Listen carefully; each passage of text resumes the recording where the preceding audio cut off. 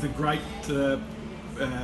again, fortune of meeting two significantly involved people in cooperative and community development, Adam Broadway, and of course we know Steve Cook.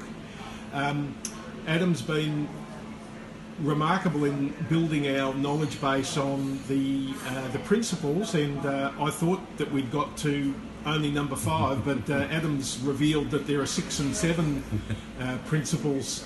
Adam, would you like to kind of talk us through what your feelings are with your significant experience? So I've been involved with the Cambridge's first co-housing project for about 6 years, and we're about to go on site in the next few weeks, eventually, after a fantastic period of learning, and bring a group of 42 people together who've commissioned their own development. So the 2 principles I think I would table for you is firstly the land. Who controls the land? That is a critical point in the UK housing market, I would say, at the moment. And if you want to build quality and want to do something differently, then you have to be able to have access to that land, whether you have to buy it or get it through some other means. That's crucial. So land is number 6? Yes, I would say land is number 6. To do something different in terms of like community-led housing, co-housing as we do in here in Cambridge, the crucial thing I would say then is about the facilitation of that project.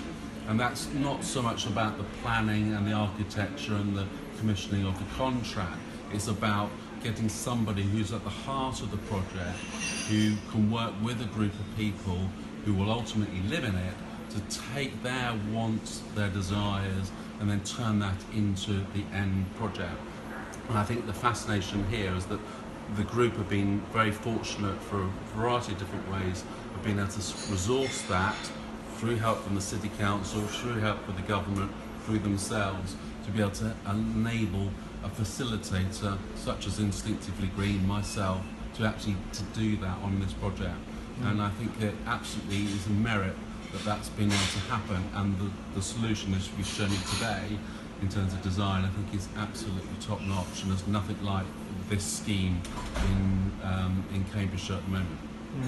No, it's wonderful, Adam. It's a great credit to your perseverance and fortitude almost to kind of get it to this point. So, look, congratulations, and we want to say thank you for your kind sharing of time and your very open contribution to the discussion. It's fabulous, and once again, thank you so much for your time. It's a pleasure, and I think it's about that. Then it's helping other people to do it, because you know, we have this real opportunity to do things differently, and the more that we share and we cooperate together is all part of that sustainability agenda, which I think is absolutely crucial at this time.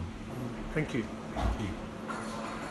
As a further part of the conversation, Adam and Steve, we talked about some details on Adam's project here at Cambridge. And Steve, you briefly touched on in the discussion that we had prior to recording about the car club, and I said to you I'd like to kind of come back to that conversation piece, because you felt that there was some important attributes of that. Yeah, I think it's a very good example of collaboration, which you won't see in a private sector development, where a developer builds out a site, the developer just moves on.